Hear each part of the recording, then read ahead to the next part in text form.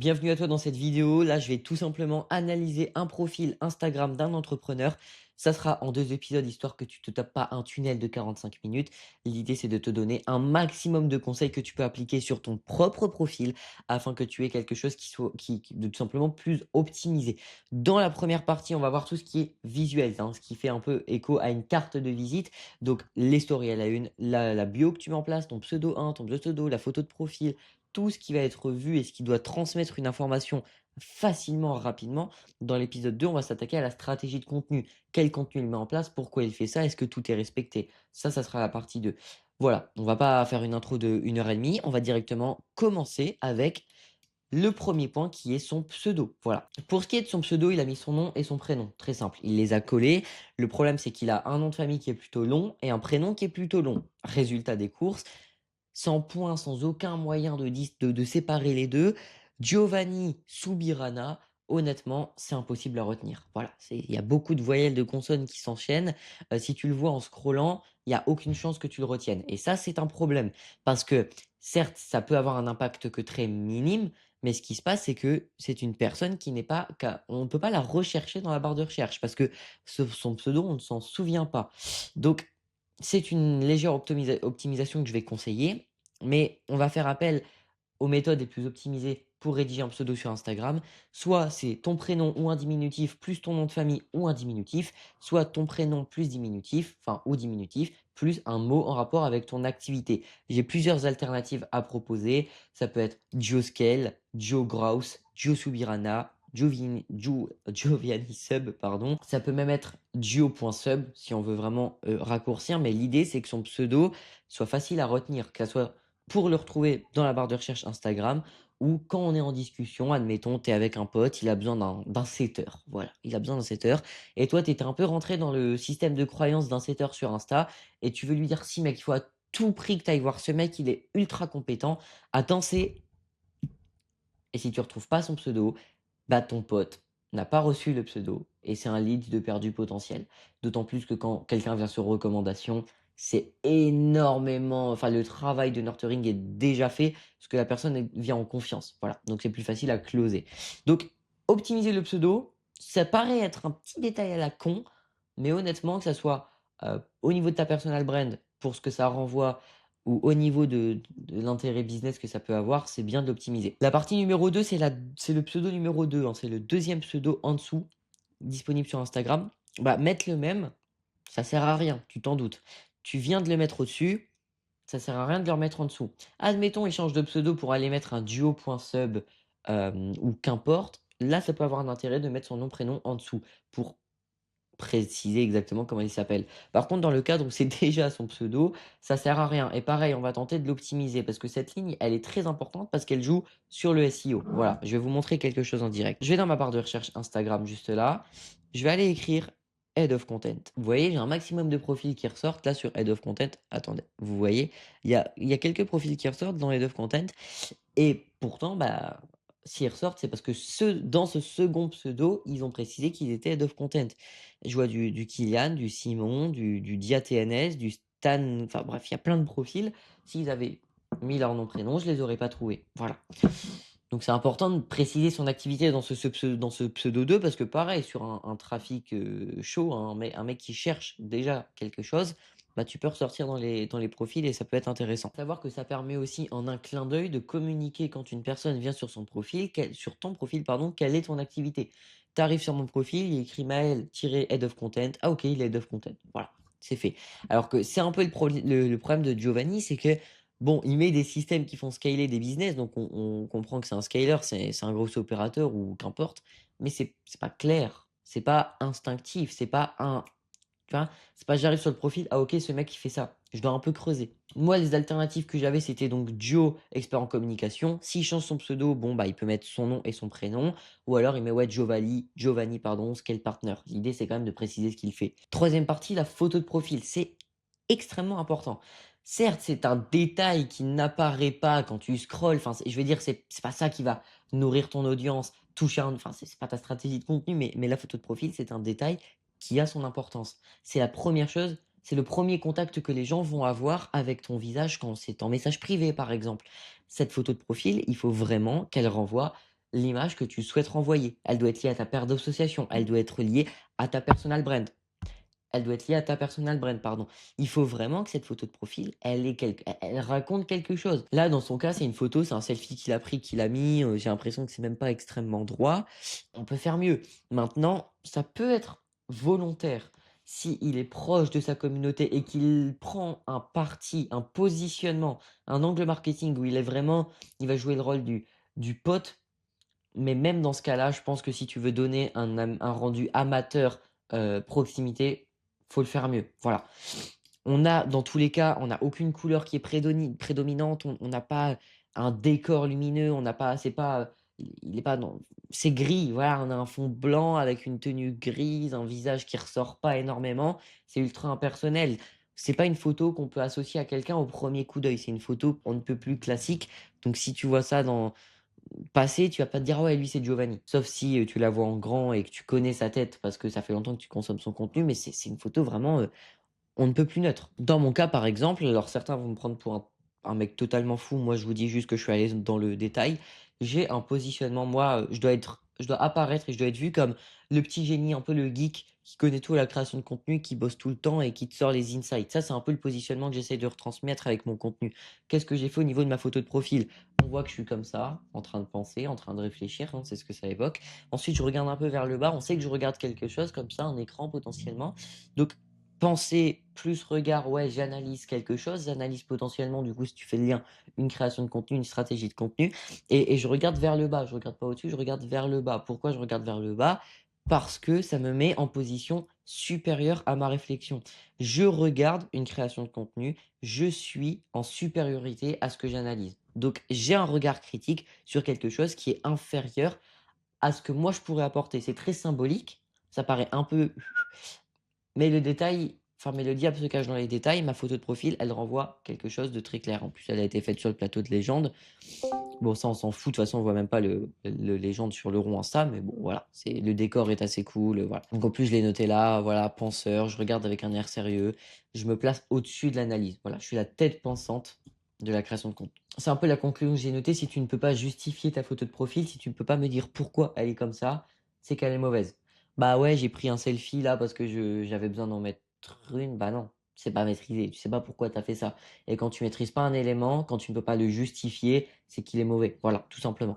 Donc l'idée, ça serait potentiellement de la changer pour partir sur quelque chose de plus personnel, de plus unique, qui respecte son positionnement sur le marché. C'est à lui de voir. Ensuite, on attaque la bio. Le petit détail qui, encore une fois, paraît anodin, mais pour le coup, la bio, faut faire très attention parce que c'est un moyen de transmettre une information très facilement. Au niveau de la théorie, la ligne 1, tu briefes ton offre. La ligne 2, c'est ta preuve sociale. Tu essayes de te légitimer, tout simplement. La ligne 3, c'est un call to action vers un lien. Ce qui se fait beaucoup en ce moment, c'est de ne pas mettre la ligne du call to action vers le lien, de juste mettre le lien. Comme ça, tu gagnes une ligne et c'est plus aéré, ou tu peux l'utiliser pour autre chose.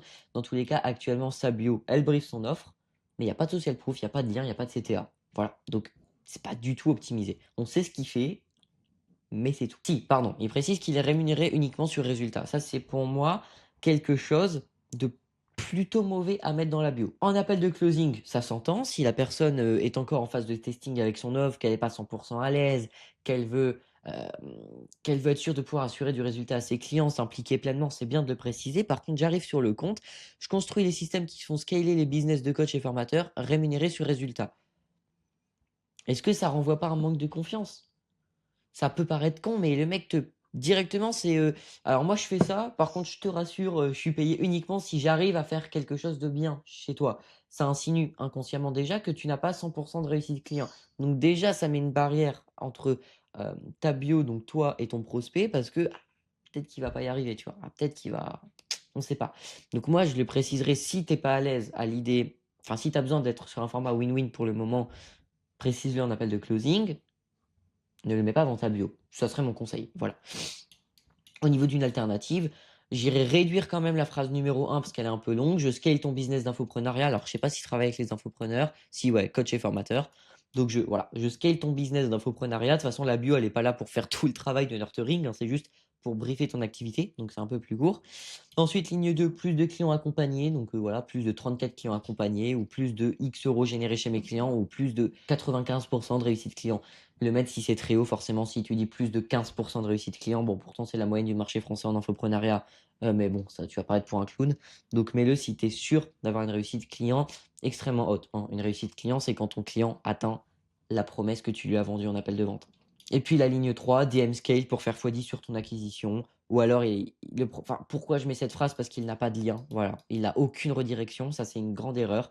Moi, ce que je conseille toujours, c'est de rediriger vers un lien YouTube avec une vidéo très que tu vas bosser, hein, en amont cette vidéo, il faut pas qu'elle soit, négligée. L'idée dans cette vidéo, c'est que tu aies d'abord une présentation de qui tu es, tu présentes toi et ton offre. Ensuite, ta preuve interne. Pourquoi cette offre elle est fonctionnelle? Parce que tu l'as testée sur toi, tu développes ta preuve interne. Ensuite, tu développes ta preuve externe, tu montres tes cas clients et ensuite tu développes. Voilà, tu montres ton offre, tu montres les arguments, ce que tu vas mettre en place chez le client, tu lui délivres de la valeur. Ça, c'est une vidéo YouTube, c'est un peu l'équivalent d'une VSL, hein, tout simplement. Et ça, tu le mets en lien YouTube, ce qui va permettre de faire un lien d'entrée vers ta chaîne YouTube. Et chaîne YouTube, c'est très très bien pour que le mec passe beaucoup de temps avec toi et qu'il gobe ton système de croyance et qu'il commence à créer un biais assez simple. Ce mec, j'ai besoin de lui. Voilà. Donc, mettre un lien vers YouTube, je le conseille fortement. Les sites internet, les one page et tout, etc. pour des. Ça marche, honnêtement, ça peut marcher sur certains. Si tu vends un produit, quelque chose de concret. Perso, je l'ai testé plusieurs fois sur des business de coaching, d'accompagnement. Pas toujours fan. Après, je suis pas à la science infuse, ça peut marcher chez certains. Je préfère une vidéo YouTube, je trouve que c'est plus efficace. Il y a un vrai travail de nurturing. Ensuite, tu rediriges la vidéo YouTube vers une prise de rendez-vous avec un appel à iClosed. Et c'est tout droit. Voilà. J'ai mis également des petits exemples de bio. Je vulgarise le domaine des finances et des investissements. Il briefe son offre. 700K € de patrimoine et road to 1 million, c'est sa preuve sociale. Je gère ton business depuis WhatsApp et il fait un lien vers son SaaS. Voilà. Spécialiste des prises de parole à enjeu. Il briefe son offre. Champion de France d'éloquence, il met sa preuve sociale. Rejoint l'école nationale de l'éloquence, ça va être à mon avis un school ou autre. Bientôt, bon, il l'a pas sorti, mais l'idée est liée. Plus de 412 sur 1000 particuliers accompagnés, preuve sociale.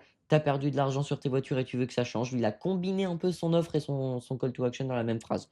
Puis un lien vers une one page. C'est pas ma passion, mais s'il a des résultats, il a des résultats. x10 sur ton CA sans toucher à ton acquisition. Il briefe son offre. 2 millions de générés chez mes clients. Preuve sociale, lien tapis vers une vidéo YouTube. Voilà. Ensuite, les stories à la une. Les stories à la une, très très très très très très très très très important. Les stories à la une, c'est gratuit, ne pas le faire, c'est suicidaire. Voilà, je le dis cash. Quelle est la théorie au niveau des stories à la une? On veut une story lifestyle, très important, ça permet de créer une projection, hein, chez ton prospect.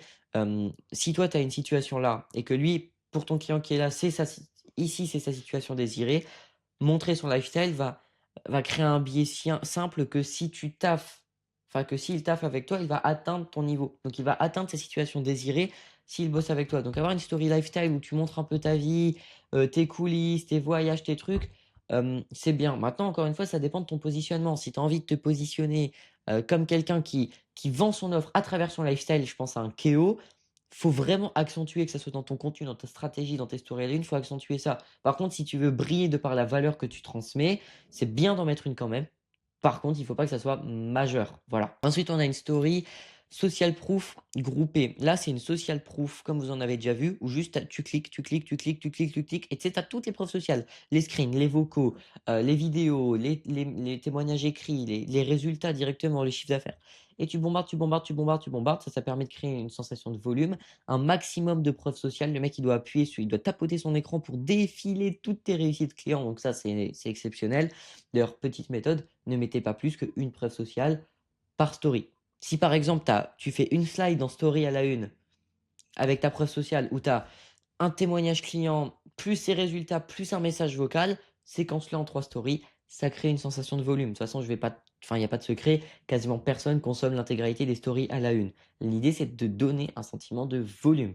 Par contre, ensuite, on a un peu plus bas, je ne le fais pas dans l'ordre, la story cas client. Là, c'est des stories de preuve sociale où tu fais un focus sur ton client. Là, c'est uniquement ton client sur une séquence de story.